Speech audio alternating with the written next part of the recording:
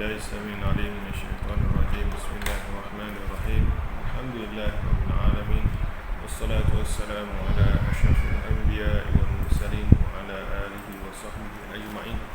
اللهم صل على سيدنا محمد وعلى آله وصحبه وبارك وسلم. اللهم لا سهل إلا ما جعلته سهلا وأنت تجعل الحزن إذا شئت سهلا. اللهم افتح علينا حكمتك وانشر علينا من خزائن رحمتك يا أرحم الراحمين. Tuan-tuan, puan-puan, para penonton, para pelajar muallaf yang saya kasihi, Assalamualaikum warahmatullahi wabarakatuh. Alhamdulillah, syukur kita pada Allah Subhanahu wa taala atas segala nikmat dan kemudahan darinya, dan juga Allah kurniakan kita kesihatan, kelapangan dan sebagainya. Mudah-mudahan insya-Allah segala nikmat tersebut kita gunakan, kita manfaatkan untuk kita lebih dekat kepada Allah Subhanahu wa taala dan juga bersyukur dengan segala nikmatnya. Mudah-mudahan juga insya-Allah Allah Subhanahu wa taala kurniakan kita kesihatan dan kemudahan dalam kita sedang berada dalam perintah kawalan pergerakan fasa yang ketiga ini. Mudah-mudahan juga insya-Allah sama-sama kita doakan Allah Subhanahu wa taala angkatkan dan hilangkan wabak penyakit COVID-19 ini daripada kita. Yang mana hilang tersebut bukan sementara tapi selama-lamanya dan sempurna, kerana kita ini adalah makhluk, manakala Allah Subhanahu wa taala Khaliq yang maha berkuasa atas segala sesuatu. Maka tuan-tuan dan puan-puan, para penonton, para pelajar muallaf yang saya kasihi, insya-Allah kita akan sambung lagi bacaan buku kita, bacaan buku teks muallaf Negeri Selangor, yang mana merupakan silibus untuk kelas Fardhu Ain Muallaf Kifam, yang mana yang dikelolakan oleh Lembaga Zakat Selangor LZS. Seperti mana dalam silibus ini saya sebut, buku ini ayat-ayat dia adalah ayat mudah sahaja, yang mana mudah-mudahan insya-Allah membantu memberikan kefahaman terutamanya kepada pelajar-pelajar mukallaf. Dan mudah-mudahan juga insya-Allah juga kita yang mukallaf juga boleh turut sama untuk bantu mereka, sokong mereka, dokong mereka. Mudah-mudahan insya-Allah kita semua, tak kiralah yang mukallaf yang muallaf, semuanya insya-Allah sentiasa Allah berikan hidayah dan juga kekal dalam Islam dan juga iman hingga ke akhir hayat, hingga ke syurga Allah Subhanahu wa taala. InsyaAllah tuan-tuan dan puan-puan yang dirahmati Allah, tajuk kita pada hari ini tajuk baru, tajuk yang kelima, iaitu konsep ketuhanan. Bermula dengan soalan yang pertama, iaitu apakah itu Tuhan? Apakah itu Tuhan? Tuhan merupakan satu entiti kewujudan yang maha berkuasa, maha mengetahui dan maha penyayang, yang biasanya disembah oleh manusia. Tanggapan mengenai Tuhan sebenarnya adalah berbeza antara satu agama dengan agama yang lain. Kita boleh sebut dalam bab ini iaitu merupakan pembandingan agama. Macam mana mereka agama-agama lain menceritakan berkenaan dengan Tuhan, masing-masing berbeza. Sebab kalau sama, itu adalah agama yang sama sahaja. Semua agama berbeza konsep ketuhanannya. Untuk kita, saya sebagai seorang Muslim, untuk sebab dalam agama Islam, Tuhan ini hanyalah satu sahaja, tak nampak, tak boleh dibentuk, tak boleh dibayang dengan mata kasar dan sebagainya, iaitu Tuhan yang maha berkuasa, maha bijaksana, maha mengetahui, maha mendengar, maha melihat, yang maha penyantun, yang maha penyayang, yang maha pemurah, yang maha mengasihani, yang maha penerima taubat. Yang mana kami orang Islam diajar dengan 99 nama-nama Allah, Asmaul Husna. Bayangkanlah 99 nama yang menunjukkan kehebatan Allah Subhanahu wa taala. Sebab dapat nama ini adalah sebab zat dia. Dalam kaedah bahasa Arab, makin banyak nama, makin mulialah sesuatu tersebut, ataupun makin hinalah sesuatu tersebut. Allah SWT zat yang maha tinggi, yang maha berkuasa, ada 99 nama. 99 nama. Kita pun kalau nak kita kalau tempat nama pun, contohnya saya pun ada berapa nama je. Ustaz tu pun tak layak pun, imam tu pun tak layak pun, hakimi bla bla bla bla. Ada 5-6. Mungkin tu haji pun tak layak pun. Memanglah pergi haji tapi tak layak pun. Nak panggil lah, tak panggil pun tak apa, tak kisah. Panggil bro pun tak apa. Dia yang panggil sis sudah, sis tak boleh. Saya bro, insyaAllah. Itu nak katanya bab nama. Nabi Muhammad ada nama dia dalam, wallahu alam, mungkin lebih kurang 5, 6 atau 7 laqab Nabi Muhammad sallallahu alaihi wasallam. Al-Quran pun banyak, ada 9, ada 10. Al-Huda, Al-Dhikr, Al-Furqan, Al-Quran, Sab'un Mathani, apa lagi? Okey, yang mana nama-nama ini, nama Allah Subhanahu Wa Taala, nama Nabi Muhammad, nama Al-Quran ini, sumbernya alim ulama ambil daripada Al-Quran itu sendiri dan juga hadis-hadis Nabi sallallahu alaihi wasallam. Bukan rekaan. Kita nama-nama Allah Asmaul Husna sebagainya ni ada sumber yang paling tinggi, yang paling absah dari dalam Islam. Sumber yang paling tinggi Al-Quran dan juga As-Sunnah. Maknanya kalau ambil daripada sumber-sumber ini, maknanya perkara tersebut memang absah, memang sah, memang boleh diterima pakai, tak boleh nak dilawan, tak boleh nak dihujah. Allah alam lah. Sebab apa? Kadang sebab nak hujah tu, nak hujah dengan apa? Melainkan orang berhujah guna akal, tapi sebab dia adalah dalil nakli. Teringat lagi Al-Fadil, guru saya Ustaz Nazaruddin, semoga sentiasa sihat walafiat, bila dia mengajar dalil nakli iaitu Quran dan Sunnah, dalil akli iaitu dengan akal. Jadi itu sedikit sebanyak berkenaan dengan bagaimanakah definisi Tuhan mengikut agama Islam. Agama lain, lakum dinukum wali dini. Qiraat ada qiraat baca wali dini, dan untuk aku agama aku. Lakum dinukum wali dini. Bagi mereka agama mereka, bagi aku agama aku. Kepercayaan kepada Tuhan merupakan satu konsep yang universal. Sebab apa?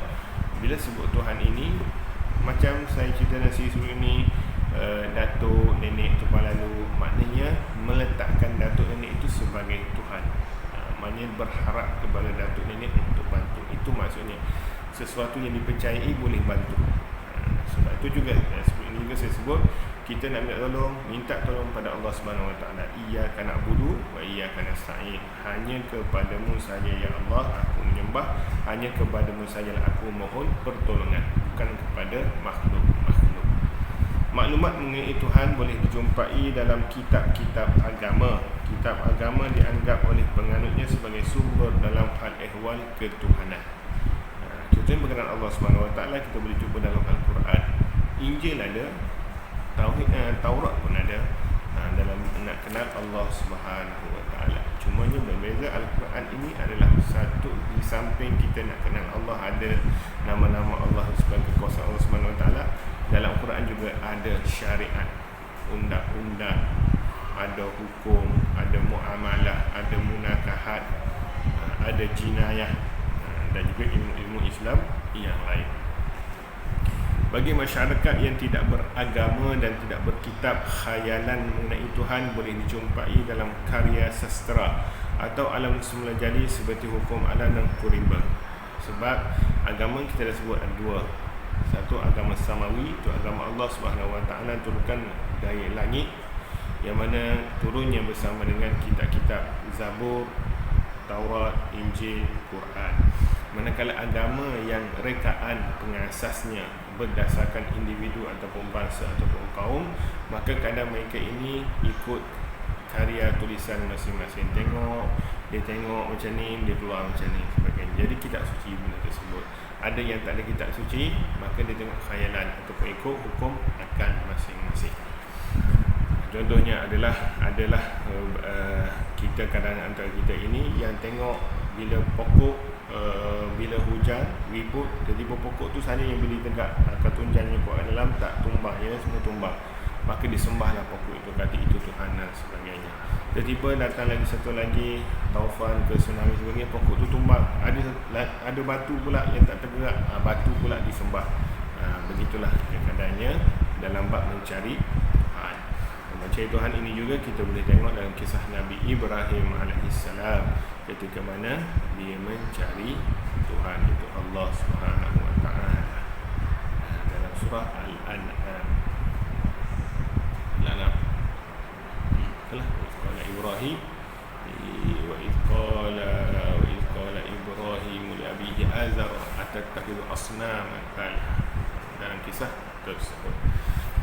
Bagi mereka Tuhan telah diertikan mengikut fahaman dan akal dan nafsu mereka.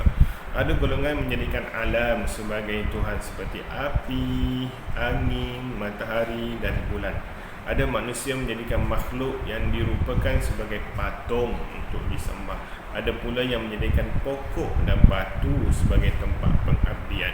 Bagi Islam, Allah disandarkan kepada zat Tuhan itu sendiri yang maha suci, maha agung dan maha sempurna.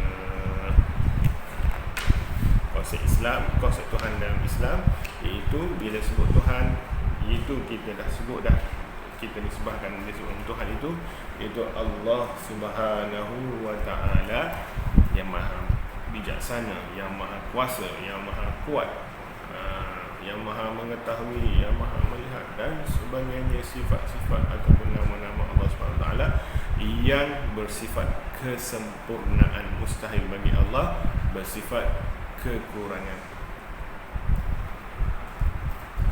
Apakah yang perlu dilakukan oleh manusia untuk mengenali Allah Subhanahu wa taala?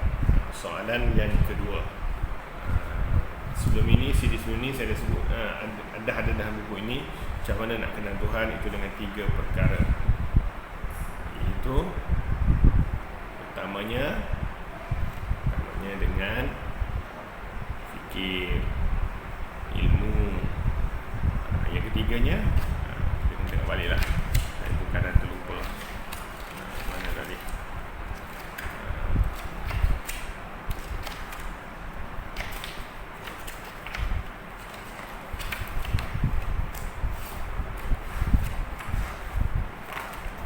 Tak lupa.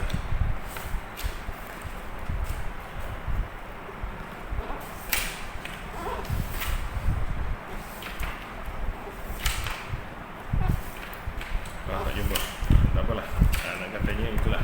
Nak kenal Tuhan dengan iman, dengan ilmu, dengan fikir, dan juga dengan ada satu lagi, Allahumma shalli ala sayyidina Muhammad. Dia kotak ni kecil je kotaknya.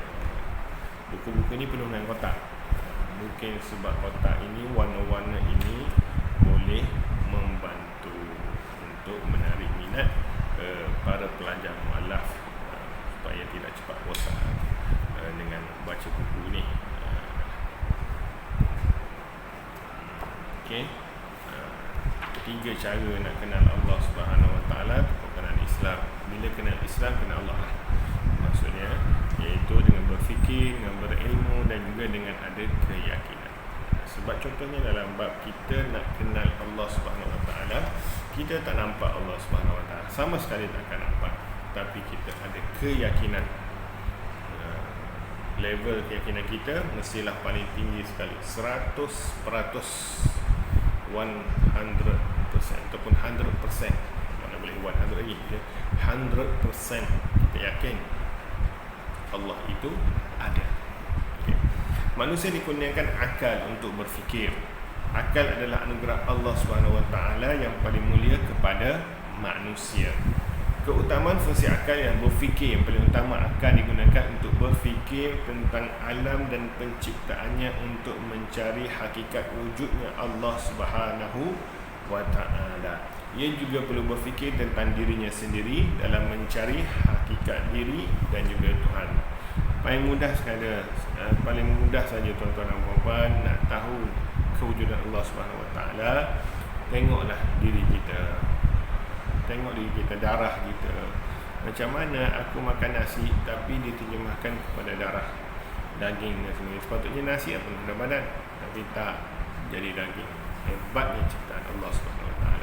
Juga sama juga Allah sebutkan, afala yanzuruna ilal ibili kaifa khuliqat. Apakah kamu tidak melihat, apakah kamu tidak melihat kepada unta, bagaimanakah unta ini dijadikan. Okey, unta di padang pasir tak ada air tapi boleh hidup. Kita pergi padang pasir sebab apa? Manusia memerlukan air, bukan makanan. Tanpa air, tanpa makanan, manusia boleh hidup lagi. Tapi kalau tanpa air, manusia tempoh mati dia tu cepat. Sebab air lah yang akan memberikan tenaga kepada kita. Itu soalan yang kedua berkenaan dengan nak kenal Allah SWT.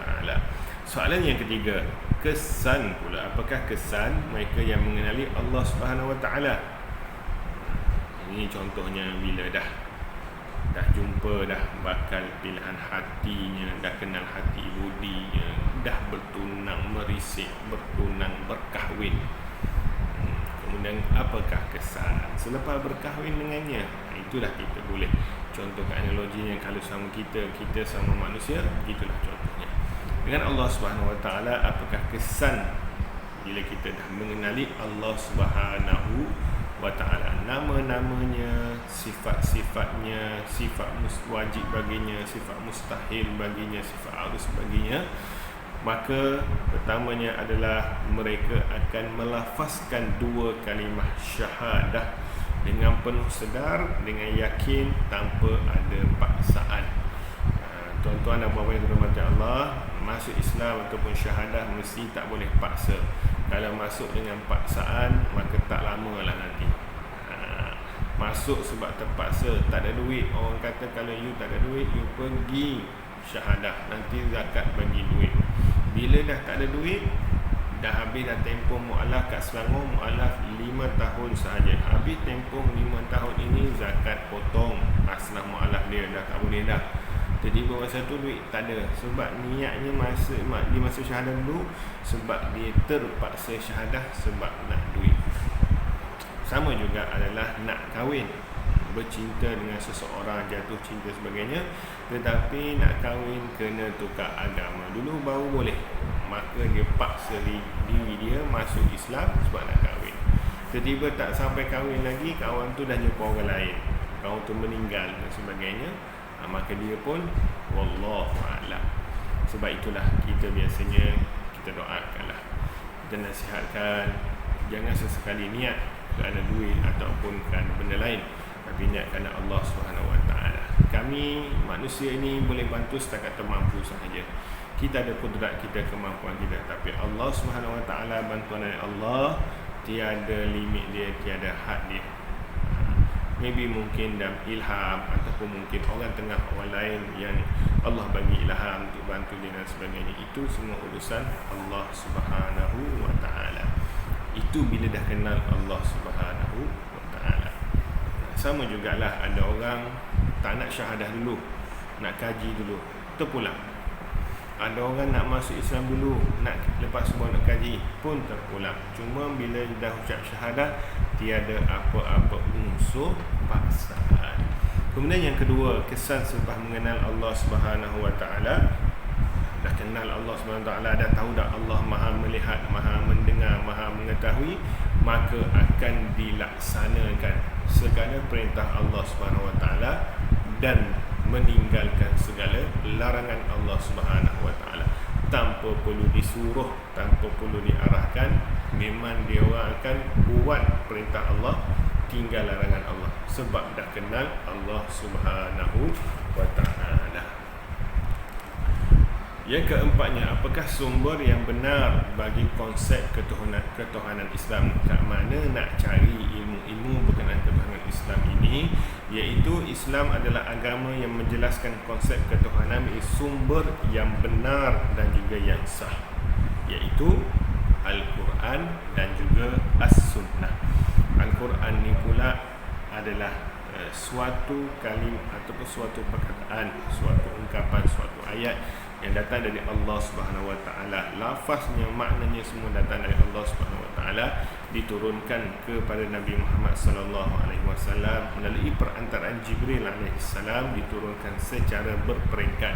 Kenapa ada orang kata pula kenapa tak turun sekaligus? Tak boleh. Kita manusia ni ada limited dia, ada limit dia. Takut turun sekaligus, tak boleh catch up habis. Lalakan terbiar. Okey. Maka turun kepada Nabi Muhammad ajarkan kepada sahabat-sahabat baginda, sahabat hafal dan sebagainya. Al-Quran ini ada yang ayat dia ayat ringkas sahaja, ada ayat-ayat panjang. Okey. Yang ringkas, kadang ayat Al-Quran ini ada ditafsirkan di tempat yang lain. Ayat ini tapi penerangan dia tempat lain. Ada ayat Al-Quran penafsirannya adalah dalam hadis Nabi sallallahu alaihi wasallam.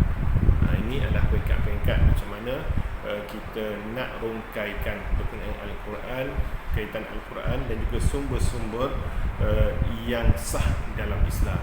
Al-Quran, As-Sunnah, Qiyas dan juga ijma' ulama. Empat ni. Dalam mazhab Syafi'i empat ni. Maka itulah katanya bagaimana kemudiannya dari situlah timbulnya hukum-hukum dan sebagainya. Okey, ini tinggi sangat ni. Okey. Itu cuma nak bagi tahunya sumber-sumber ataupun macam mana ilmu nak kenal Allah Subhanahu Wa Taala ini melalui satu Al-Quran dan juga satu lagi hadis Nabi sallallahu alaihi wasallam. Tak boleh nak gunakan akal. Tak boleh. Dia ada sumber dia. Firman Allah Subhanahu Wa Taala, "Dzalikal kitabu la raiba fihi hudal lil muttaqin." Kitab Al-Quran ini sebenarnya tidak ada sebarang keraguan sebagai sesuatu yang datangnya daripada Allah Subhanahu Wa Taala dan sempurnanya. Kemudiannya ia pula menjadi petunjuk bagi orang yang mahu bertakwa. Surah Al-Baqarah, surah yang kedua, ayat dia yang kedua juga.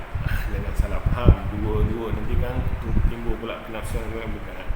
Surah dia surah kedua selepas Fatihah dan juga berada di ayat yang kedua selepas Alif Lam Mim.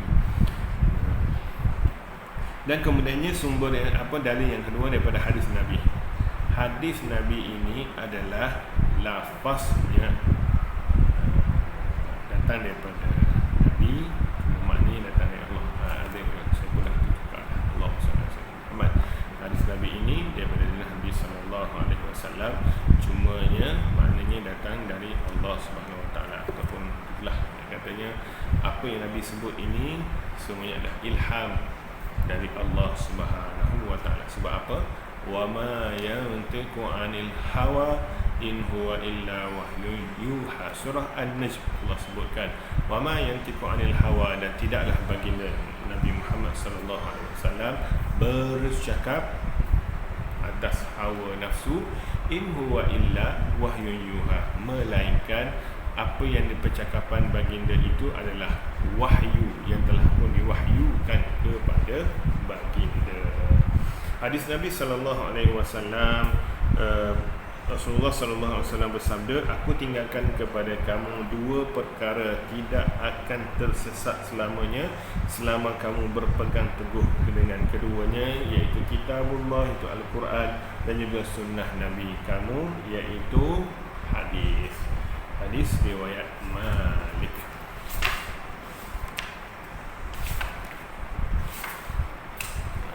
Okey. Okey, itulah nak berkenaan dengan kita habiskan sikit lagi. Kemudiannya soalan yang kelima, iaitu apakah yang perlu dilakukan oleh manusia untuk mencari hakikat ketuhanan? Jawapannya adalah pertamanya mengenali diri. Macam saya sebut tadi, nak tahu hakikat ketuhanan, tengok diri sendiri. Macam mana tangan kita, daging kita, urat kita, darah kita, kulit kita, bulu kita, rambut kita, mata kita, panca kita dan sebagainya. Itu pun sudah cukup nak menggambarkan kehebatan Allah Subhanahu wa Ta'ala. Wa fi anfusikum afala tubsirun. dan juga pada diri kamu sendiri, mengapa kamu tidak mahu melihat serta memikirkan dalil dan bukti itu. Surah Al-Zariyat ayat 21. Yang keduanya, nak kenal Allah SWT dengan mengenali alam. Ini alam ini, alam dunia lah contohnya. Sebab alam lain kita tak nampak. Takkan sebab alam roh, takkan sebab alam rahim. Memang sains sebut ada ketuban sperm pergi kat apa nama dah, ovum, sperm ovum jadi kat zygote dan sebagainya tu, itu tak nampak depan mata. Nampak depan mata inilah. Sama jugalah nak cerita pasal alam barzakh, sebab tak pernah pun ada orang mati bangkit balik cerita. Akan tapi yang diceritakan azab-azab kubur itu, iaitu daripada alim ulama berdasarkan kepada hadis-hadis Nabi SAW dan juga sumber-sumber yang lain.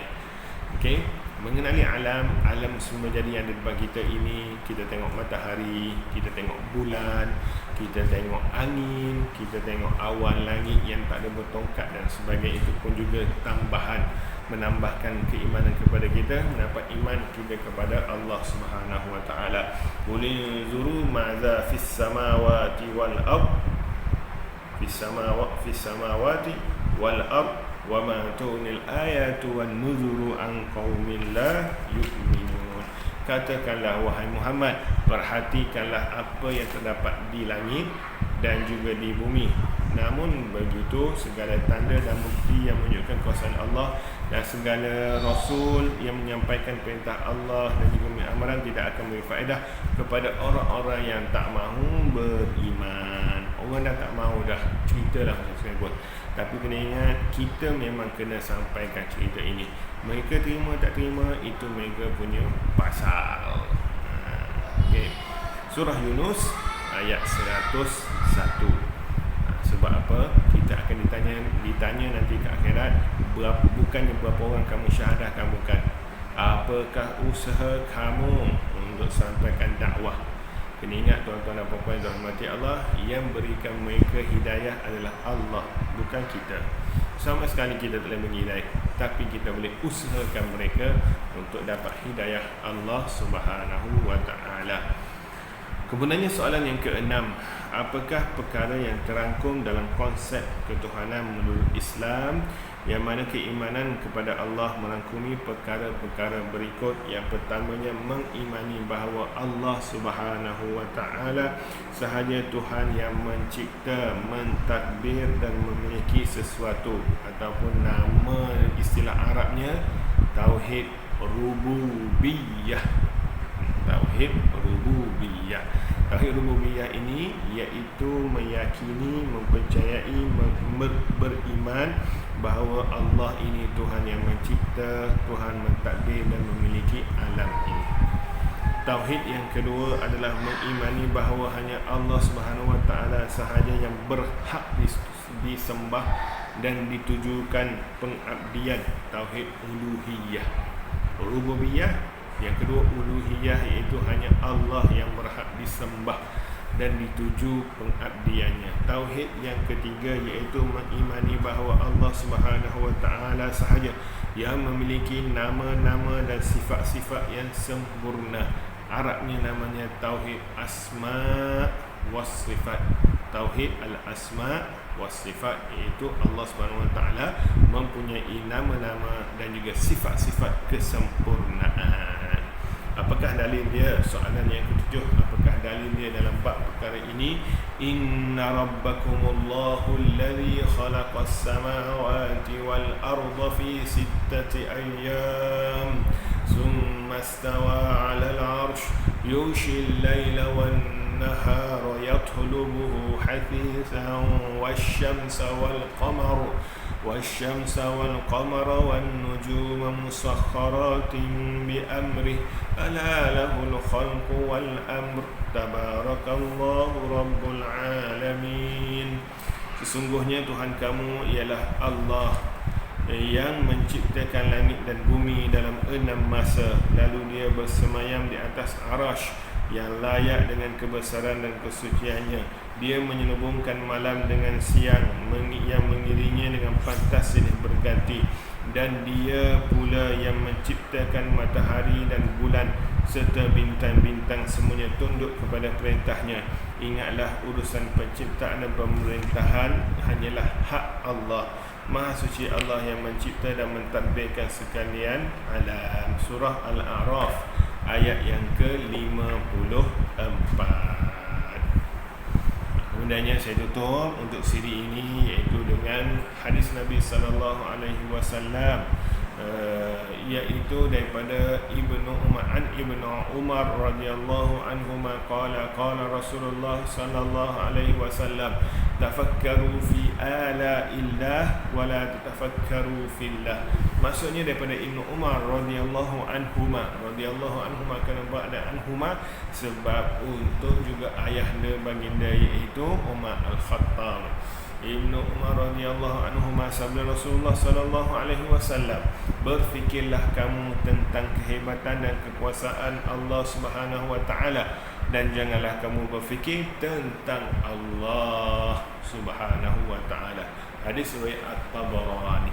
Maka poin yang penting adalah sekali, jangan sesekali kita berfikir tentang Allah, macam mana rupa Allah, Allah duduk macam mana dan sebagainya, tapi fikirlah tentang kekuasaan dan kehebatan Allah. Ciptakan alam kita, ciptakan binatang, ciptakan kuda, lembu, unta dan sebagainya, ciptakan angin tapi kita tak nampak angin tersebut. Saya buat kipas tapi tak nampak angin tu, tapi saya rasa sejuk.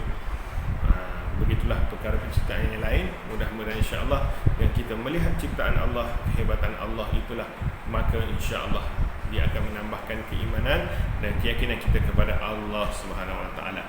Mudah-mudahan sebab demikian kita akan menjadi seorang hamba Allah, makhluk muslim yang mana ia akan sentiasa melaksanakan segala perintah Allah dan juga meninggalkan segala larangan Allah Subhanahu wa taala. Insya-Allah mudah-mudahan dapat sedikit manfaat daripada siri kali ini. Stay safe, stay at home. Mudah-mudahan insya-Allah kita diberikan keselamatan dan perlindungan oleh Allah Subhanahu wa taala daripada virus wabak COVID-19 ini, dan juga mudah-mudahan kita doakan Allah Subhanahu wa taala angkat dan hilangkan virus ini sempurna, bukan sikit, sempurna. Mudah-mudahan insya-Allah kita boleh kembali hidup seperti biasa selepas ini insya-Allah. Selamat menyambut Ramadan. Mudah-mudahan Ramadan tahun ini Ramadan terbaik kita akan buat. Kita azam nak buat berbanding dengan Ramadan tahun sebelumnya insya-Allah. Ampun dan maaf ada salah dan silap. Saya manusia yang lemah. Sebarang komen, sebarang kritikan sebagainya diadu-adukan, dan juga terima kasih kerana mendengar. Mudah-mudahan insya-Allah ada manfaatnya daripada apa yang saya sampaikan. Wabillahi taufiq wal hidayah. Assalamualaikum warahmatullahi wabarakatuh.